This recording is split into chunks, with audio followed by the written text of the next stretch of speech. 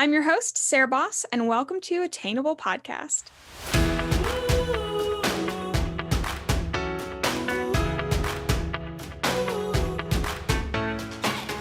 Hi guys, welcome to the very first live studio recording of Attainable Podcast. Thank you for being here. Round of applause. Yep. Are we ready to start goal setting? Are we ready to start vision casting? This is going to be very fun and very practical because I almost said because I'm very fun and very practical, but my take to goal setting, I'd say, is very practical because if you listen to the podcast, you know this, I hate goal setting, and it has been such a point of pain for me for years, and it's always been a point of pressure, and it's never felt motivating. It's always felt like deprecating. So I wanted to find a system that worked for me in a way for me to set goals and intentions and be excited about my future rather than already feeling like I'm failing before I even started. So that's what we're going to be talking about today. And I wanted to say a little bit about goal setting and vision casting because that can seem very broad and very just fluid. Goal setting we know is important, but it's definitely important how you goal set, and especially the intention that you go in with goal setting. Same with vision casting. So when I say vision casting, what I'm meaning is visually trying to see where you want to be and having an active mindset where you can almost transport yourself to that place. And if you can get to that skill, we're going to talk about how we can practice things daily in order to attain our goals and all those type of things. That's a really important and probably the most powerful skill that you can develop in order to get your goals. So as we move through this exercise, there's something that's really important to make sure, and that is that you are coming in with a positive mindset and a completely non-judgmental mindset. And something that I mean by that very specifically is we're not coming in with an I wish. We're coming in with a I'm so excited for this, because I wish is very heavy. I'm going to start using the word energy mainly because it's like the best way I can describe it. But don't let me lose you with the woo-woo sort of talk, but it's a very like low energy way to think about your visions and your future. I wish this, I wish that. What you're really saying is, I feel crappy that I don't already have that. I don't have that, and I should have that. Therefore, I should be doing this. And when we start to bring in that word should, that has a lot of shame, and that literally gets us nowhere and usually causes us to move backwards. So when we're thinking about this, I want you to think about it as, wow, like I am so excited for X, Y, and Z. When we write down your vision, I'm so excited. I want you to see it. I want you to know, wow, like this is where we're going. If you're going on a road trip and like you have your map and you're driving to wherever, say you're driving from the East Coast to the West Coast, you're not pissed like getting in the car, have not started the car yet. You're not pissed because you're not at the West Coast yet. You're not feeling like, oh my God, I'm the worst. I suck. Like, why am I not there yet? Like, that doesn't even make sense. So going into goals, feeling that shame of, oh, I don't already have that. It doesn't serve you. It doesn't do any good. And it's not going to get you there anyway. But we're going to be excited. Like we're taking a road trip. We're going to be excited for where we're going, understanding and trusting that that's where we're going to go. Might not always turn out the way that we think. Usually doesn't, but it usually turns out better. So let's go ahead and get started. So with vision casting, some people really want to like skip when it comes to goal setting. They're like, let's get to like the bullet points, like what do I need to accomplish? But here's why vision casting is really important. If you were building a house and you went up and you had your hammer and your nails and you just started hacking away and just nailing things together, you would, stand back in a week, in a month, in a year, look around and be like, excuse me, what the hell? Why don't I have a house? But you didn't start with a plan. If you're building a house, you have to know what you're going to build. You have to have an architect to say, hey, here's where we're going. And then you know what you're meant to be doing. You know what to do with your hammer and nails. And you're not, because otherwise you're just hacking away. You are working so hard and you're like, I'm putting in all this work and energy and I'm getting nowhere. It feels like you're just running on a hamster wheel. So that's why vision casting is so important. And that's why we're going to lead with that. we're going to architect your future right now. So very first step, and there's 3 things that we're going to do. Very first thing is we're going to list 3 feelings that we want to bring into 2022. And that can feel kind of mushy, but we want to, if you're going to set a goal, we all set a goal for the same reason. We all do anything for the same reason. We want to be happier. We want to feel better. We do anything because we think it's going to make us happy in some way, shape, or form. That wording might be different, but anything that we do, we're trying to be happier. So what feelings do you want in 2022? We can list 3 of them and go past happy. You know what I mean? Go deeper into that. And this might be easier if you're having trouble like thinking of words. It might be easy to think of what do you not want to feel, or what did you feel this year that you're like, you know what, I don't want to bring that into 2022. If you have felt a lot of exhaustion, or you felt really run down, then your word might come in like relaxation. You might want to feel revitalized. You might want to feel energized, those type of things. If you have felt very stressed, you have felt a lot of pressure, you feel like you're running a mile a minute, then you might say, I want to feel, free. I want to feel, or even a better word might be ease. You want to feel ease in 2022. Take a few minutes and think of your 3 words, and we're going to use those words later in our exercises as well. Would anybody like to share? I can share mine. Okay. The first thing that came to mind was just like renewed. And I didn't like that word. So I ended up going with refreshed. 2021 was long.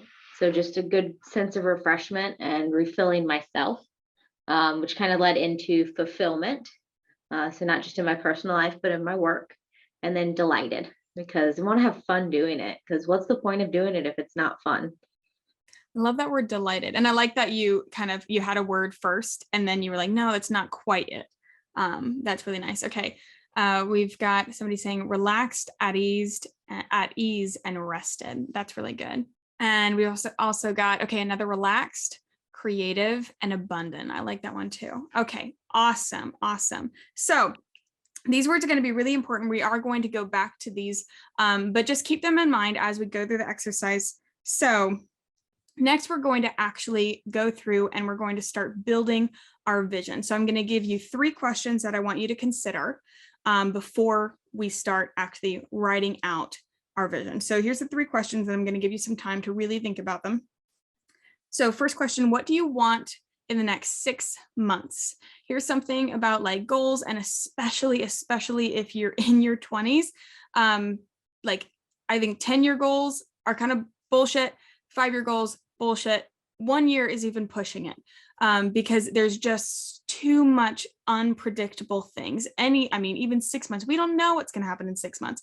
But I think that when we go too far, we can start to get a little bit unrealistic. And it, again, for me, that put a lot of pressure. So we're just going to work for the next 6 months. In 6 months, if you're thinking like where you're going to be, like what that's going to be like June or something like that. What do you want your life to look like? What do you want? The next question is, what is important to me? So we've got, if you're writing these down, what do you want in the next 6 months? And then what is important to me? Now we're saying what is important to me as in boundaries. What are you not willing to sacrifice for this vision, for these goals? Are you not willing to sacrifice time? Are you not willing to sacrifice your current lifestyle? Something like that. And then the third question, what is not important to me? So what, as same sort of thing as boundaries, what isn't important in terms of your goals? So I did this exercise a couple weeks ago. I'm going to do it again with you, but just to give some examples, if you will. I'll go ahead and share, just be open. So like I talked about, in 6 months, I want to be monetarily secure. I want to work on photo shoots, and I want to work on creative projects. I want more social media retainer clients. I want to be able to take days off when I want to. I want to have fun and paint and longboard and surf. Like these are all things, just like the I wants, the I wish. This does not have to be specific in terms of like numbers. That's not kind of where we're at right now, but I do want you to be specific in feeling.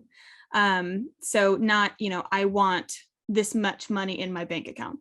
but like I said, I want to feel monetarily secure. You know what I mean? So that's kind of that differentiation. For what is important to me, my boundaries were financial security and time freedom. I did not want to take a lot of financial risk at this time. And then I wasn't willing to let go of the time freedom I currently have that I've built through my business. That's, not something that was what's important to me for boundaries. Things I didn't care about, or that were not important to me. I said, I don't need to be a 20-year-old millionaire. Like, I just want financial security. I don't need a lavish lifestyle. I said I wouldn't even do that if I had $1 million, just not the person that I am. And then I also said, because this is relevant for my timeline, I don't need a magazine perfect wedding day. That was something that was in my I wants. It's just not a pressure that I wanted to put on myself. So with those types of examples, think about, what do you want in the next 6 months? What is important to me? What are your boundaries? And what is not important to me? So it'll take a few minutes. Take your time on this, and there's no judgment, especially as you're writing down like what you want. Whatever comes to your mind, just make a big list. Even if you're not sure, just dump it all down. So we've got one for what do you want in the next 6 months? They say less travel for work and more travel for fun and getting back into my creative hobbies. I love that. What is important? I'm not sacrificing work or projects. Yeah. And then what is important, not sacrificing work or projects. And then what is not important is being the guy who always goes on site and winning the Time Life Photo of the Year with my photography. Love that. Perfection doesn't really get us anywhere. For me, I try to think of like what I can control in the next 6 months too. Just because some of my stress comes from lack of control. Like I thought of like making it through the majority of building a house, because that's a big thing we have. And continuing to grow in my profession, because I love what I do and I want to keep growing in it. But when I talked about what was important to me, I realized like both of those, like my physical and mental health is important to me. And this year, especially with some work stuff, I let both of those go. And that's a boundary I want to set. And then that time with my family and friends, because I love my family and my friends are awesome. And so getting to spend that time with them is important. But what's not important is, this is what I'm having to tell myself, is having that picture perfect house from the start. I'm very much, I want to just have it all done. And that's not important in life. And then having a certain title in my job. I'm still young in my career. You don't need the title and the name and all that, as long as you're working towards being better. Nice. Yeah, the not important for me when I was doing this exercise was such a kind of release, and that took a lot of the pressure off of the things that I wanted. It allowed me to see it not as like, okay, I need it to look like this, but okay, we can do this in its imperfect way, because we know it's going to be imperfect. It's going to be different from what I imagine that path to look like. So that was a huge thing for me. And I think setting those boundaries as well on what I wasn't willing to sacrifice is so important from the start, because you can get into, these goals and things you want to do, and you can go. And just like you said, this year you let, your physical and mental health go. And it's so easy to do if you don't set those boundaries from the start. So I love that.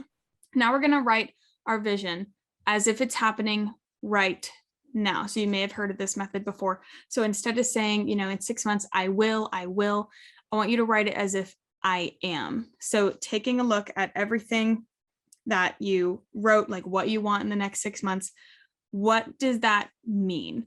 Where do you see yourself? Really picturing yourself there. And again, this isn't, we're not where we're putting like numbers or milestones. We're still kind of in that feeling. How do you want to feel in this place? So reading from mine, I wrote it in terms of like a day, which was helpful for me. Some people really like the perfect day formula type of thing, where you write down what your perfect day is like. Others like just basically an example, or like an explanation of their life. It may be, I live in a beautiful home and I'm so grateful for the home that I live in. I spend a lot of time with my family and friends, and we get together often. I feel fulfilled by my work and am working diligently towards my promotion. So those type of things. I wrote at this time, I said, I have a photo shoot today.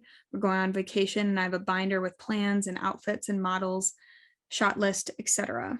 I got an email from one of my social media clients that she loves the way her brand is showing up online, like how she sees in her head.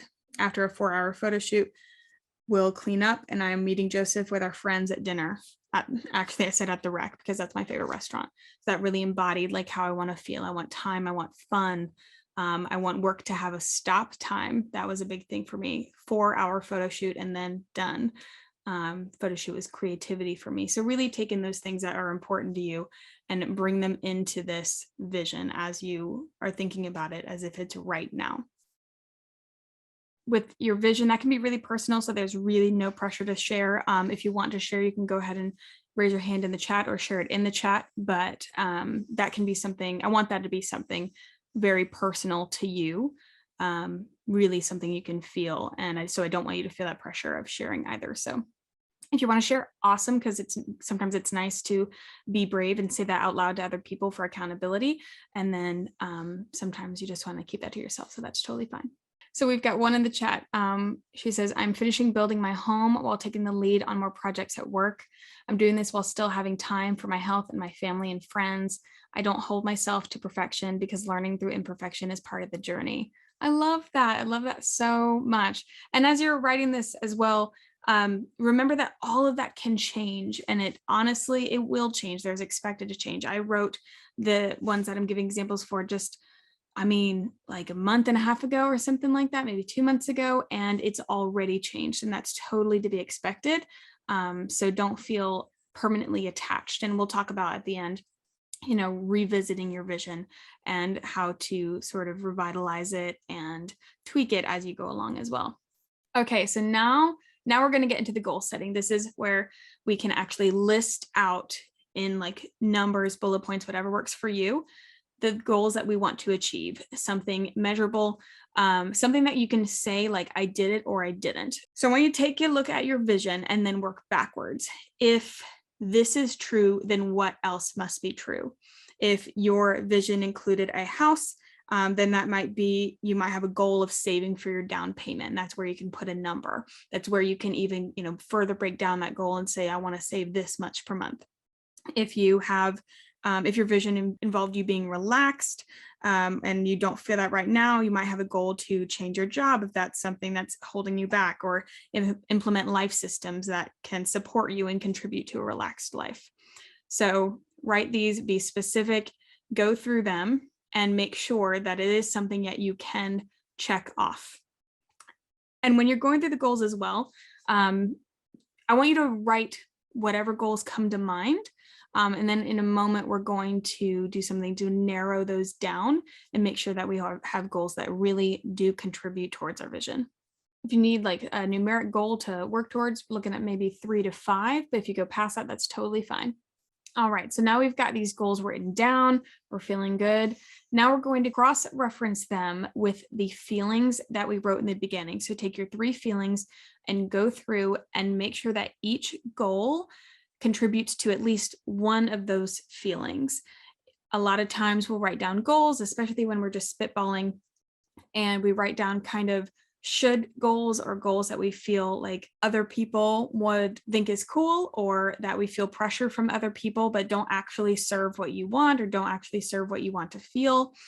Sometimes, especially when we have feelings where we're saying relaxed or vitalized, energized, we can feel very selfish in that, which is, there's total validity in wanting to feel fun and relaxation and energy when it comes to your own life.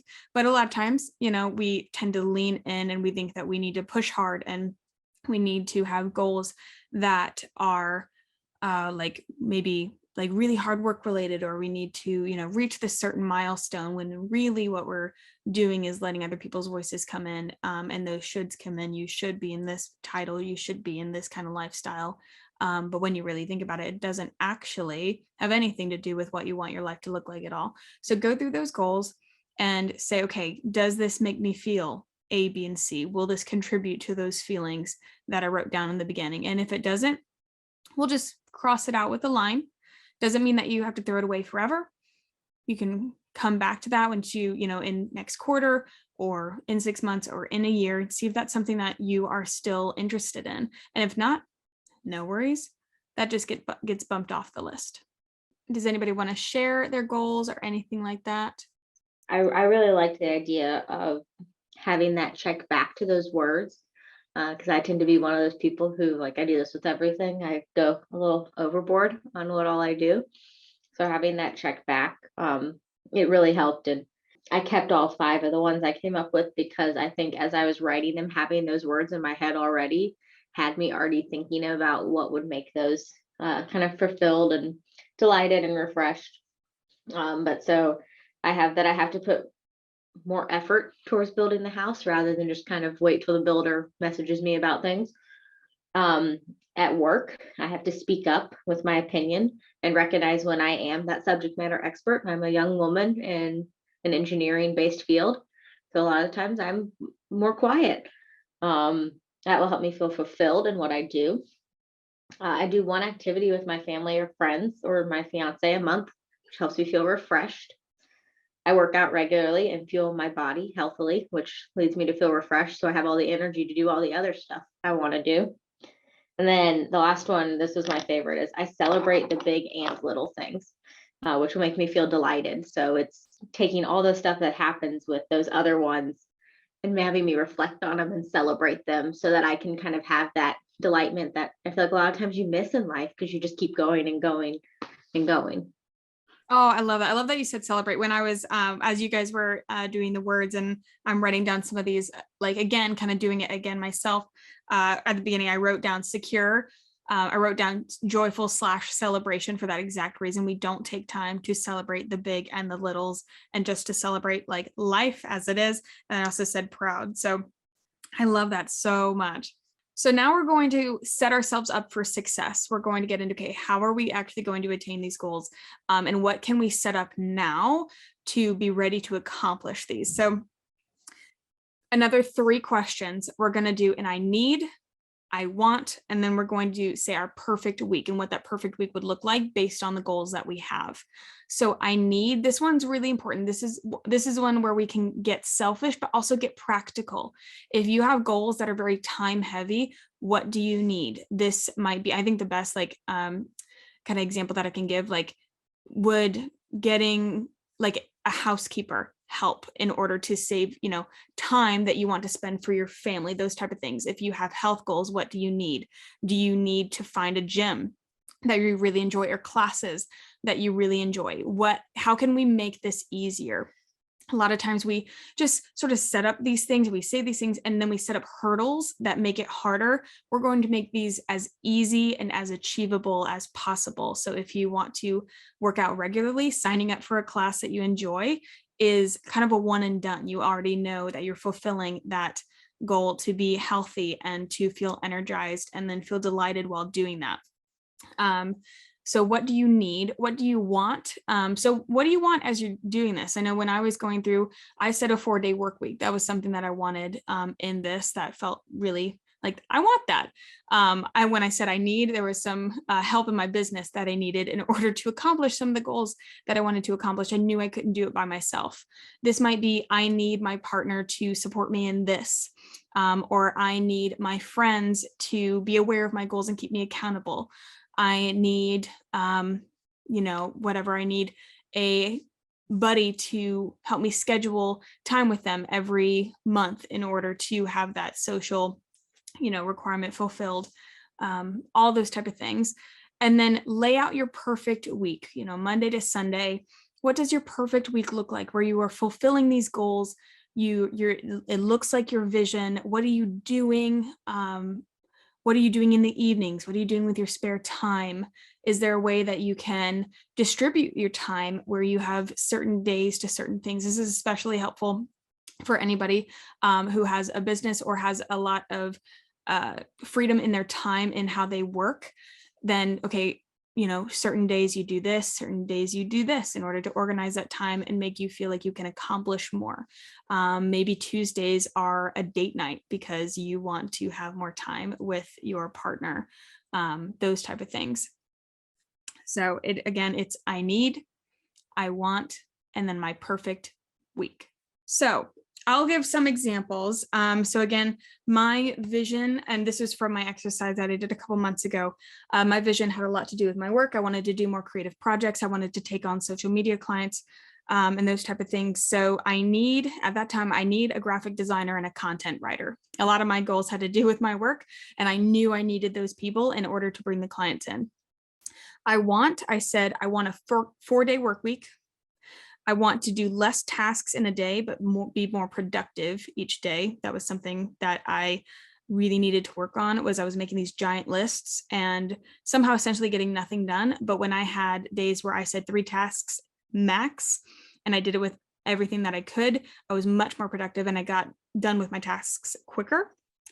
I said, I want 1 fun day a week. This may be even relating back to your goals or back to your vision. And that's absolutely, if that happens, that's totally fine. That means you're doing it right. This is all kind of a cyclical practice. So I wanted 1 fun day a week. I wanted Monday calls with a team. That was part of my dream. I thought it would be so cool if I had people that I worked with, that I love to work with, and to say that we had a team meeting on Monday with a team that was mine. That felt really nice. And then I also said I want monthly facials, because who doesn't, and then for my perfect work week, for me, again, I won't go through all of this. It was set up very much for like a business. I wanted more creativity and those type of things. So I said, Monday was my CEO day. That's when I had team meetings and I did planning and strategy. Tuesday was task day. That's where I did a lot more of, instead of the thinking, I did more of the doing. Wednesdays was photo shoot and creative day, all content and major creative projects we did Wednesday. And then Thursday, we were prepping for the following week and checking what the team needs, because remember, I wanted a 4-day work week. So that was it. Those type of things. Friday was my fun day, and Sunday and Saturday was spent with family and friends. So I hope that gives some sort of context as you're working through these. So now what you should have written down, you've got a vision that describes exactly what you want your life to look like, something you could vividly see, more importantly, something that you can vividly feel. When you read it, you get excited. How cool is it that this is where we're going? You've got a list of goals that you're so excited to accomplish, that you're super proud of, that makes you feel the 3 feelings that you said in the beginning, that makes you feel that you can accomplish them, and that would get you to the vision that you set up. And then you've got a list of things that you need in order to make yourself successful, things that you want to make doing this a lot more fun, and what a week would look like if you were living this vision out. To put this on a timeline and wrap this all up, with those goals, go ahead after this call. I want you to kind of take a look at your 2022 and put it into quarters, 3-month increments, and then spread your goals out for that year. I'll be honest, like quarterly themes. If the, quarter 1, we're dedicated to revitalization, or quarter 2, we're dedicated to, relaxation, whatever that may be, you can spread them out through themes. You can spread them out based on how your work life is, anything like that. But chances are you can't get all of them done in 1 3-month period. So spread them out so that each quarter you can have this timeline revisiting, okay, what did I want to accomplish? And then what do we want to do moving ahead? If you are trying to set up habits, definitely 1 by 1, because usually it's really hard to get a habit set up in place, and doing all of them at once tends to make us feel a little bit more overwhelmed than anything else. So that's quarterly, revisiting your goals. Monthly, at least, I'll say monthly or every couple months, revisit your revision and see what's changed. And notice I didn't say like, see if it's changed. See what has changed. How has it changed? Because it's going to change. And that's totally okay. And if you're wanting to grow, you can assume that your vision is going to grow too. And also remember that if you go through and you look, your vision changes. So then you're looking at some of the goals that you wrote down. You're like, doesn't really align with me anymore. That's great. That's not lack of discipline. That's understanding what you want. That is growth.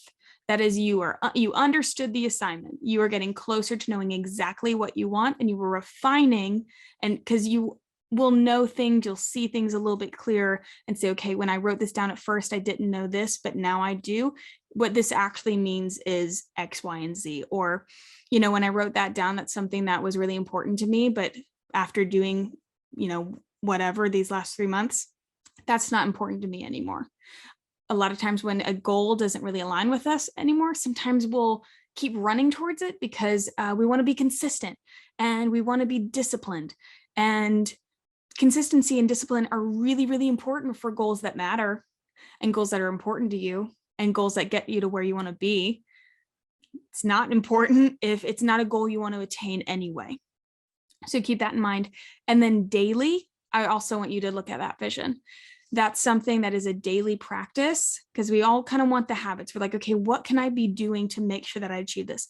Daily looking at your vision, saying it out loud, journaling it if you need to. I find that super helpful because then I am actively, tweaking it, maneuvering it, changing the wording as I'm moving through these goals. But you want to have a reminder of that on a daily basis because you want to ingrain that. I mean, that is how you're going to get these habits in your mind.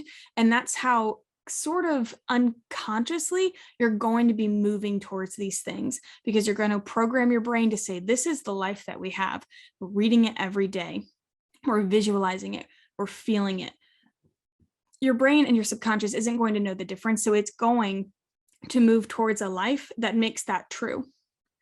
Same thing if you are consistently reminding yourself of what you don't have, or thinking of what you want to have and that you're not there yet, or what you're lacking, or how, life stinks in this way, you're going to prove yourself right every time. What we focus on is what we get. Again, your subconscious doesn't know the difference. So it will keep proving to you all these things that you don't have. So focus on this vision, allow yourself every day, meditate on it, journal it, whatever works for you. There's no right answer, but remind yourself of that every single day. And I bet you'll get there faster than you think. Thank you guys so much for coming to this first live recording. This was so much fun. I hope this was beneficial. I look at these pages that I wrote down a couple months ago on a weekly basis. I go through and I'm constantly looking at my vision. I go through and look at the feelings I was feeling back then.